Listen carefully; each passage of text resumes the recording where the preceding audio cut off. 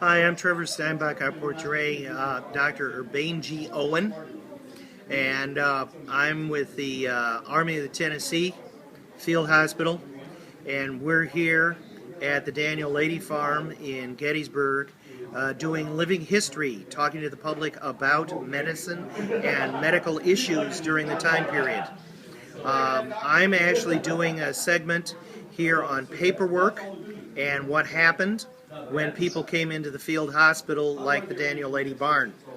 The first thing that happened was we had to log all of those patients in. We needed to know who was sick and especially who was wounded so that we could report it back to their regiments. Once we had them logged in, then we used triage. Yes, triage was one of those new concepts during the Civil War, but it was very different from the triage that we use today.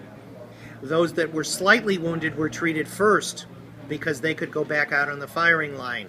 Those that were severely wounded were treated next because those were usually amputations and bullet extractions.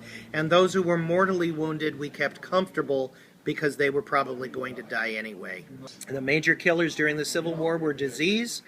If you look at the killers during the Civil War, for every one that was killed by a bullet, which by the way was roughly every 11 minutes, you had 2 that died from disease. Those that died from disease, the top 3 killers, were acute diarrhea, chronic diarrhea, and typhoid. Those are all waterborne or foodborne diseases.